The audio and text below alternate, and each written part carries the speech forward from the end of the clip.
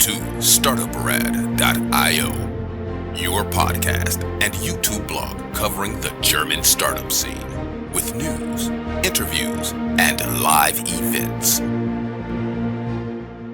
Welcome to our June 2024 wrap-up with vital news from the startup and tech entrepreneurship scenes in Germany, Austria, and Switzerland in 30 minutes or less. Heavy task today, but our startup news is recorded with me, Chris, in New York City, and Joe joining from Frankfurt. Hello, Joe. Hey, guys.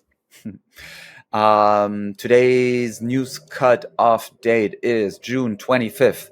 As always, all news not included will be happening in our next news wrap-up, and we're going to kick it off with our highlights, and you go ahead.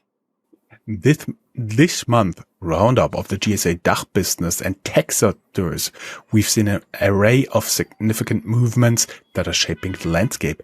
Check24 has arguably launched the most ambitious marketing campaign of the year in Germany. Some people even talk about German business history, distributing 5 million free football jerseys from Puma, tapping into the enthusiasm for the Euro Cup and contrasting sharply with Adidas official team gear.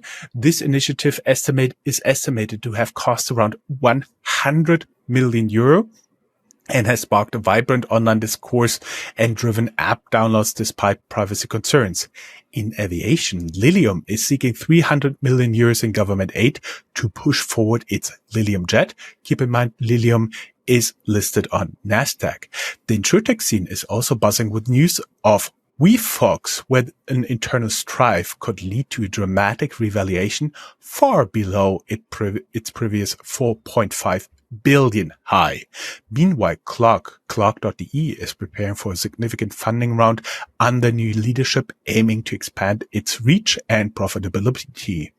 And on a larger scale, Amazon has announced an additional 10 billion, yes, billion investment in Germany, targeting cloud data storage and logistics, emphasizing the growing importance of digital infrastructure in the region. As the region's startup ecosystem continues to evolve rapidly, fueled by substantial investments and strategic shifts.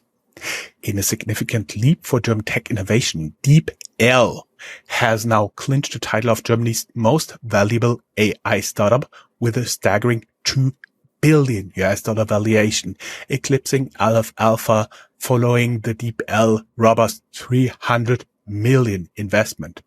Meanwhile, Black Semiconductor is injecting a hefty 254.4 million into Europe's semiconductor industry, with plans to establish a state-of-the-art pilot facility in Aachen by 2026. Not to be outdone, Cognigy, from Düsseldorf has garnered $100 million to enhance AI-driven customer service automation supported by brands such as Lufthansa, Toyota, and Mercedes-Benz. Finally, in the mobility sector, Flix is considering a shift in strategy with a potential private equity investment from EQT that could see a later acquisition of 30%, possibly altering Flix's path to a public offering. Chris, let's talk startups. Yes. So, I mean, first off, we, for those not watching us, we have to explain we are Hawaiian shirts. Yeah. And if you're watching this, it's your own fault. Yeah, honestly. My apologies, but it's a segue into us taking a summer break. We will be back with the summer news wrap up on September 2nd. US Labor Day, also sometimes considered to be the start of election season, even though we said it's Tuesday the 25th right now, and we are looking at the presidential debate in 2 days already. So we will see about this. Nevertheless, for everybody who speaks German, we may hint that you do have a podcast in German explaining US politics. It's called, of course it's in German, it's called Bei Burger und Bier, which I usually listen to during my afternoon walk. Chris, here you go. Well done. We're still not sure about the number of publications we will have during the summer, since requests are piling up a bit on our desks. We would assume every other week there might be some new content with the potential to have even weekly publications. So it's promising to be a really hot summer already. And here in New York, we already had our first day with more than 100 degrees Fahrenheit. Also, Germany is forecasted to reach 35 degrees Celsius next week. Chris, how much is this in Fahrenheit? I assume a lot. Somewhere in the 90s? Yeah. So yes, 35 is like 90s, exactly. But since we are also always service oriented here, I, as a European, always struggled with the stupid conversion from Fahrenheit to Celsius and back, and to have any sense of what any of the Fahrenheit numbers mean. But just recently I read, you just have to think of Fahrenheit as percent. So 80 degrees Fahrenheit, 80% weather. Okay, that sounds good. I can wear short sleeves. 30 degrees Fahrenheit, which is more or less like 0 Celsius, is like, oh, this is chilly. This sucks. 100 degrees Fahrenheit, it's 100% warm. It's too much. Anything above 100%, way too much, impossible. So this is my new system. And just think of Fahrenheit as percent and you're all good. Actually, I just Googled it. Of course I did. 35 degrees Celsius or 95 degrees Fahrenheit for everybody who's newly listening to this. Always when Chris does have a siren in the background, he's off the hook. If we don't hear any sirens in the background when he's recording from New York, he owes me a bagel when I'm there next time. Bagels are piling up. So our video podcast will go live on June 27th, available 24 hours before for channel members who can't wait to see us in the Hawaiian shirts. Audio podcast goes live on Thursday, June 27th as well. You can always tune into our internet radio station, which more than 100,000 people did all together over all platforms. And we also have many media partners there, including but not limited to Tech EU and Stanford University Radio Show, Laptop Radio. You can find all this at www.startup.radio. You can get your content to your inbox if you subscribe to Substack. And as always, we have all our channels at Linktree, linktree.ee/startupradio, one word. And we also have enablers for this. This recording is supported by HTIA and the Enterprise Europe Network Hessen. This recording was made possible by HTIA, Hessen Trade and Invest, and the Enterprise Europe Network Hessen. These organizations have made tremendous contributions to helping startup businesses succeed and thrive, providing a range of services from helping to find grants to ongoing partnerships. By taking advantage of these resources, startup companies can network and develop innovative strategies for success on the international stage. The dedicated support of HTAI and the Enterprise Europe Network Hessen, also EEN Hessen, is paramount in providing startup businesses with the tools for lasting success. Look at our dedicated podcast in partnership with them, Tech Startups Germany, or of course, again, as we said, in the link tree. Now dig a little bit into the top news, right, Chris? Everybody's talking about Euro Cup here in Germany right now, especially since Germany has successfully moved out of the group phase as number one in their group. But I do believe it wasn't the most difficult, neither Italy, nor Spain, nor France, nor Portugal. So it was okay. Check24 just accomplished the biggest marketing campaign in Germany this year is a question. Check24 has made waves in its latest marketing campaign, distributing 5 million free jerseys from Puma ahead of the European Championship. This bold move, estimated to have cost around 100 million euros, aims to tap into the football market and attract a younger audience. The jerseys, which have flooded fan zones and social media, contrast sharply with the official DFB, the German Football Association, team's jerseys made by Adidas. Check24 founder Heinrich Blase sees this as a long-term investment in the brand, despite criticism from customer advocates who warn about data privacy. The campaign has not only boosted app downloads, but also sparked discussions and memes online. While some applaud the innovative approach, others question the true cost of the free jerseys. What everybody has to see is also the background story that Puma and Adidas have been founded by competing brothers. So this is just a continuation of this fight. And I do believe a lot of people at Adidas are currently pretty mad at Check24 and, of course, Puma. Air taxis still in the news. Remember that we talked last news about Volocopter and the missing their self-imposed deadline of flying during the Paris Olympics this summer and the failure to secure more than 50 million state guarantees. Lilium is now in the headlines. The Bavarian IFTO developer is seeking 300 million in government aid to bridge financing gaps for its Lilium jet. Meanwhile, competitor Volocopter is also vying for funding. First manned flight expected this year. Details in the link here in the show notes at Handelsblatt. Also, the news of Lilium come after last month we covered the 150 million funding. We've hinted this already in our headlines. WeFox suffers from internal power struggle with a potential $4 billion US dollar valuation drop. There seems to be a power struggle at WeFox, as always the company as a whole is suffering.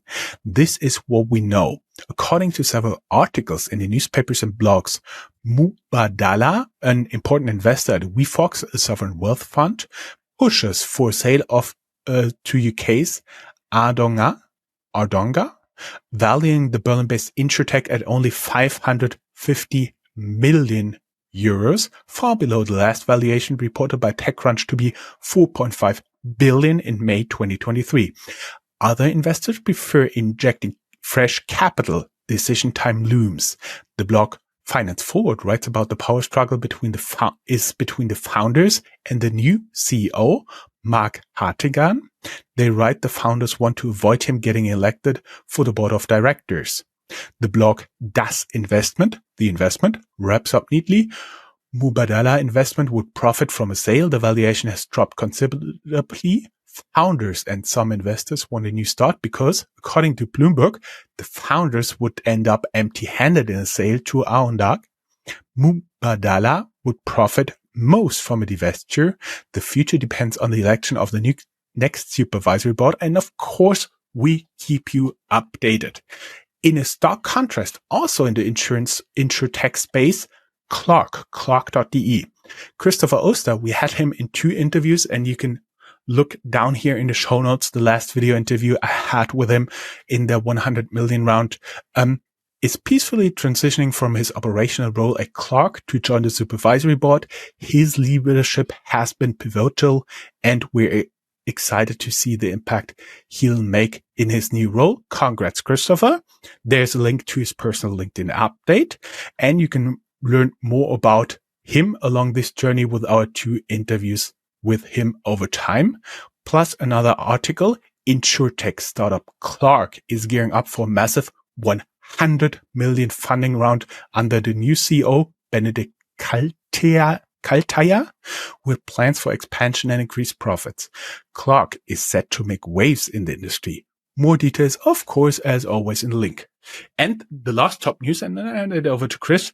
After announcing 7.8 billion euros investment last month, Amazon announced another 10 billion euros additional investment this month. They are focusing on cloud storage in the Rhine-Main area and expanding its logistics network. This brings the total investment in Germany to 70.8 billion euros just announced this year alone. Note, both investments are focusing on building more or less their infrastructure in Germany. And I hand it over to Chris, who has important news about AI. Yes, and a bit shorter top news here. In the AI world, we see that DeepL is going to become Germany's most valuable AI startup, surpassing Aleph Alpha, because DeepL got a $300 million investment and now hit a $2 billion valuation. They built their reputation with machine translation and actually holding their own against Google Translate and ChatGPT, I'd say. There's more than 250 million euro for Black Semiconductor because they secured 254.4 million euros in a Series A funding to boost Europe's semiconductor industry. With the money, or in terms of business strategy, they are set to open up a cutting-edge pilot facility in Aachen by 2026. And Cognigy from Düsseldorf raises $100 million to supercharge AI customer service automation. Euraseo Growth leads this Series C funding round, which is supposed to fuel research and development and global expansion of the brand. So far, clients include Lufthansa, Toyota, and Mercedes-Benz. We will see who else will join that group. And Flix considers a private equity investment, as you already said. There's big moves in mobility. Investor EQT is in early talks to potentially acquire 30% stake in Flix. Powerhouse between Flixbus and Flixtrain, the company here in the US owning what used to be Greyhound. Which also could probably lead, that investment could also probably lead to a delayed IPO. You can learn more in our interview with Jochen Engert, who at that time was CEO at Flix, and there you can get some background about the company. I'm handing it over back to you to brag for a quick second, and then I'm taking over again. Yeah, there's actually not a lot to brag about. Our new website is online. You can register there on the website to get alerts every time we post new content. Note, not all blog posts are moved there yet, so that means you may get a lot of alerts that we posted something just because we're migrating this. But don't worry, start registering in September. We'll remind you of this again. And you will notice that we've already migrated more than 40 blog posts and are working hard on publishing more. If you're looking to partner with us, look no further. There is a link to our passion fruit storefront. Chris, you always seem to me like an ecosystem guy. Yeah, big picture guy. So ecosystem news is the part of the show where we talk about everything surrounding the startup scene that is affecting it. At first, we have a look at the worldwide ecosystem, where we see that the metaverse and AR, VR investments are cooling off, even though Apple obviously introduced with huge fanfare the Vision Pro, which also now has a German release date. It seems, though, that VCs are losing interest. 2024 is on track for the lowest funding in years for these technologies.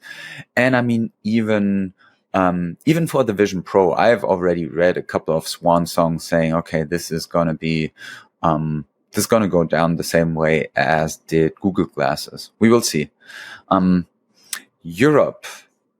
European ecosystem. There are signs of recovery for the European startup market after a tough 2023.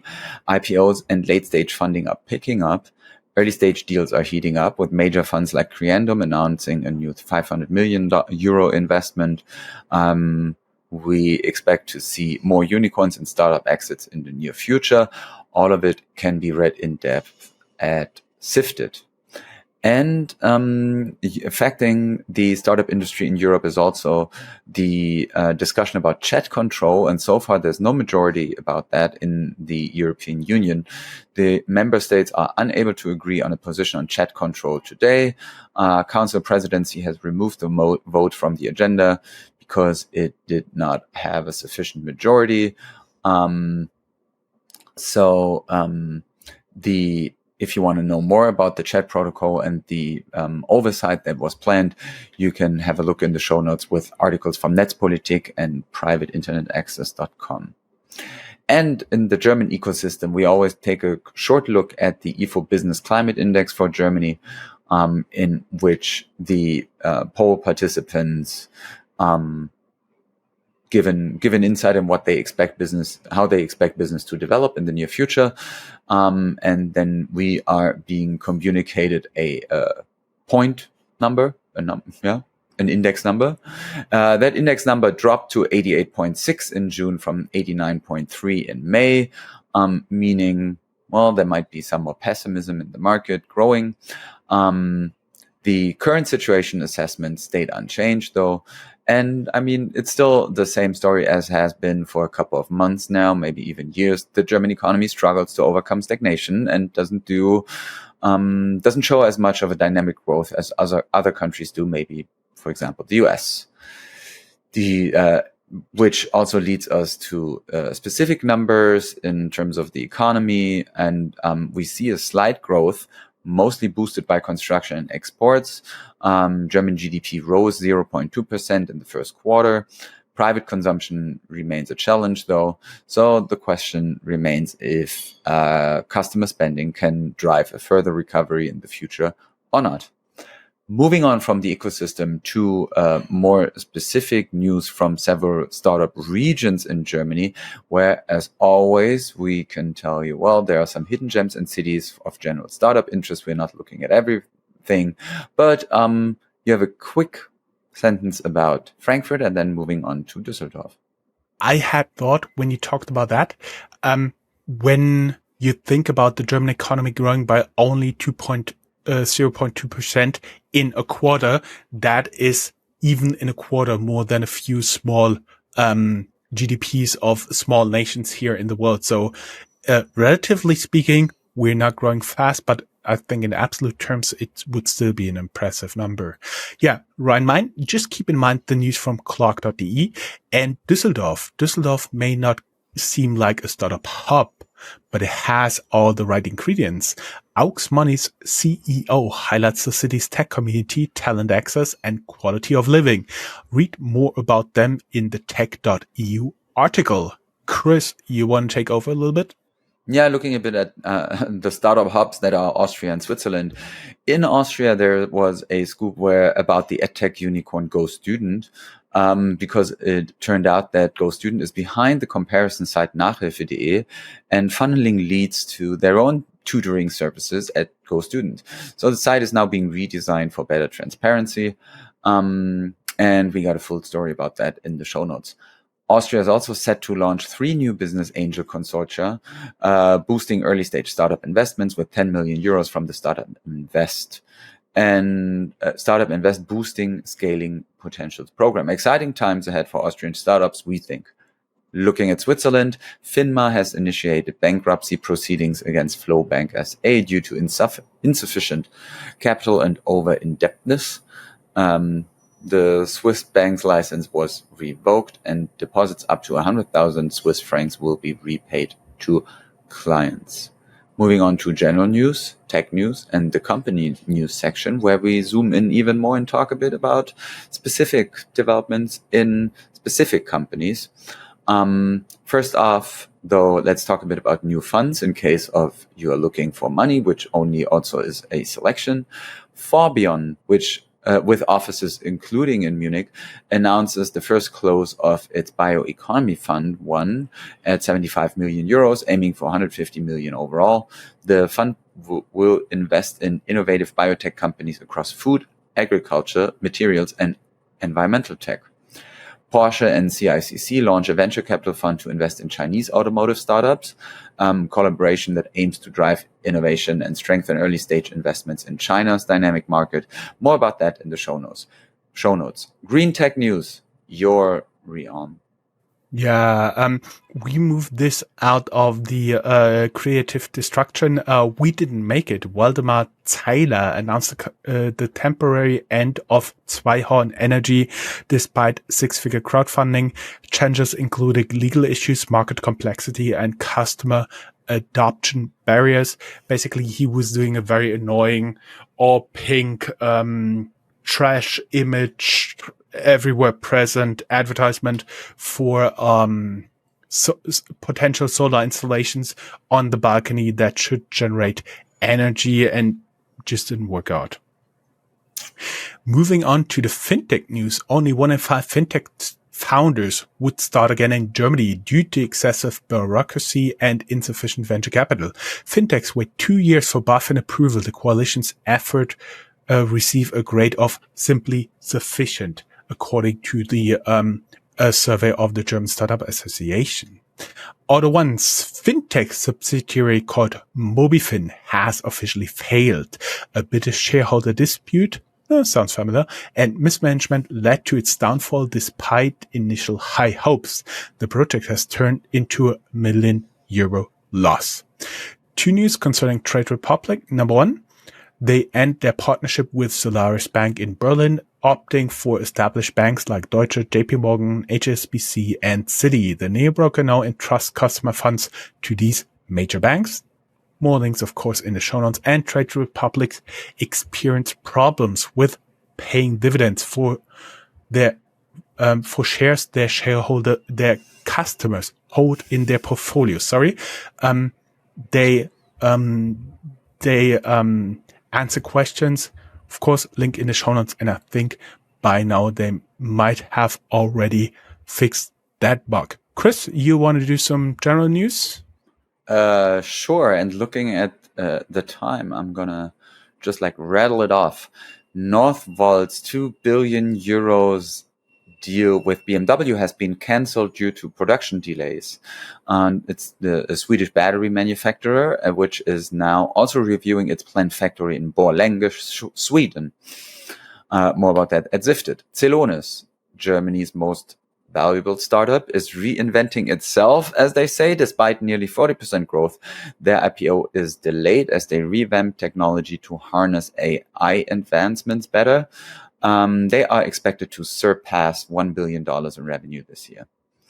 After the big fireworks of gorillas, which burned fast and bright, not all delivery concepts seem to suffer. So we see that Flush & Post, one of the few survivors of the delivery boom, likely surpassed €500 million in revenue in 2023, despite staff reductions. Oetker expects a significant growth in 2024. So maybe Flush & Post might also outpace rivals like Picnic and Knusper. We may add for our audience abroad that Oetker is basically a large conglomerate of food companies started originally by a person with a family name Oetker with ingredients for baking. Yeah, a bit I would say probably like General Mills or something. Yeah, I don't know. They're also into muesli a lot. But not all delivery ideas do well. Berlin's pharmacy delivery service MAID, MAYD, has filed for insolvency. Once operating in 70 cities, they faced financial struggles and competition. The app already experienced outages. The exploration company from Munich receives order from the European Space Agency to build a space capsule in order to deliver freight to the ISS. Peugeot partners with German startup VAY to revolutionize delivery services with teledriving technology, aiming to make autonomous vehicles obsolete. We got big news for Uber, once a fierce competitor, is now expanding its partnership with German taxi providers. So the Uber app is now available to all taxi operators across Germany. And the German army, Bundeswehr, is exploring new drone defense solutions, and startup Titan Technologies may have what it needs: a 3D printed AI-equipped kamikaze drone with speeds of up to 250 kilometers per hour. It apparently is able to take down larger drones. More about that in Handelsblatt. Let's talk a bit about creative destruction. Creative destruction, of course, as always, Schumpeter's creative destruction. And I have to tell you, Chris, this is getting shorter and shorter, and the fundraisings are getting longer and longer. I think we turned a corner here. Berlin-based Mersor, known for personalized accessories, declares insolvency. Munich 3D LiDAR tech company Blickfeld is insolvent. Founded in 2017, it raised over €42.5 million, but faced financial hurdles. 2022 revenue was 1.9 million with loss of 12.6 million. Whoa, that's staggering. They raised their last funding in 2023. And of course, you can learn more in the show notes. And Austria, Vienna-based startup Spoon, formerly Tolstoy, known for its AI-driven restaurant management software, files for bankruptcy after selling its vegan restaurant division last fall. Chris, you want to end on a high note? Of course. So we are highlighting a couple of successful fundraising and exits here. Keep in mind, it's a small selection. it's just for us that the news here and the total value show how resilient the startup scene is. We included, as always, only some select fundraisings above 5 million euros or $5 million. This month, there were so many announcements that, as always, nearly, so as you're saying, like mood is picking up, that we could not include all funds raised. So a couple of highlights here. Yes, a lot of money, but since biotech is not our main focus, the news ended up down here. ITM from Garching raised 188 million euros. It's a Munich-based radiopharmaceutical biotech and aims to advance precision therapeutics for hard-to-treat cancer tumors and to expand manufacturing capabilities. ESA Aerospace secures an additional 65 million in funding, raising its Series C to 220 million euro. It's backed by the NATO Innovation Fund and aims to launch its Spectrum rocket this year. Also, ESA Aerospace secures in addition an 18.5 million euro growth loan. Good Lord.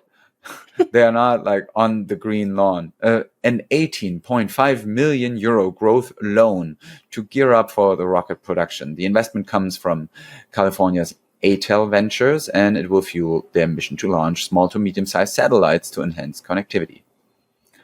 And then we have a company that, I mean, that for me is probably Empower Zero. Empower Zero. Oh. Empower Zero.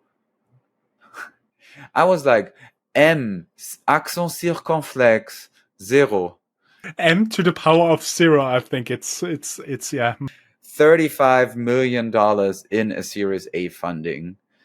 I guess most of it goes to the person who named the company. The Zug-based decentralized infrastructure layer for crypto dollar issuance plans to expand operations and development. It's led by Bain Capital.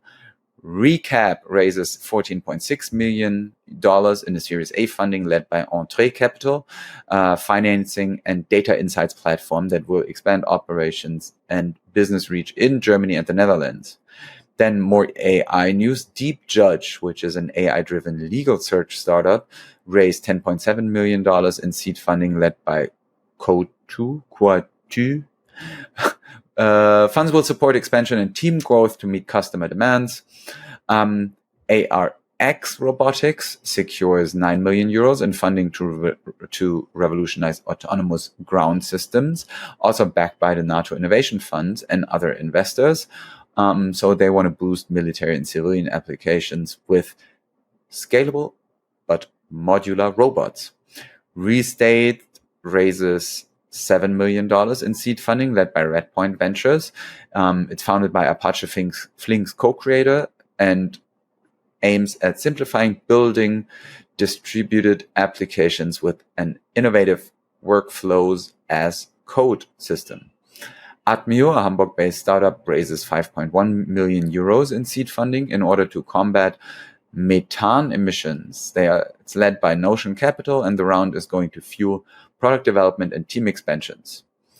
Etris, a Munich-based biotech, secured a $5 million funding from the Gates Foundation to advance RNA therapeutics and vaccines. With this boost, they are able to fast-track ETH47, an inhaled mRNA candidate for respiratory diseases. And it's a small investment, but still noteworthy. QuickSave for Compion, it's a Düsseldorf-based B2B financial marketplace, avoided insolvency thanks to a swift investment from two shareholders that injected €1 million. And that came just weeks after the parent company, Doc Financial, went bankrupt. We have some fundraisers from Switzerland. Neural Concept raises $27 million in Series B. It's a Lausanne-based 3D deep learning platform for product engineering and wants to accelerate global growth and meet customer demand in Europe, Asia Pacific, and the US. And Swiss blockchain firm Lücke loses $22 million in a major cyber attack. Despite the breach, the company assures customers that their funds are safe and will be reimbursed. And fundraising from Fundraising from Austria is a blank today. So this is a wrap. We will be back on September 2nd. And actually, guys, if you want to have more, just let us know. If you want to have less, let us know. But actually, I have to admit, doing more is simple. You just include more content, but actually doing really more paragraphs, digging a little bit deeper into the news is what we like. That's why the top news are getting a little bit bigger, and we go over the rest. I agree. No news to stay ahead of the curve. In summer, just like stay in the curve. That's our recommendation. As always, it was a pleasure talking to you, wrapping up the news with you, and we will be back together on September 2nd, Labor Day in the US. Also, my birthday. Wonderful. Looking forward. Wonderful. Thank you. Auf Wiedersehen. Au revoir. Bye bye. Zaijian. Bye bye. Tschüss. Tschüss.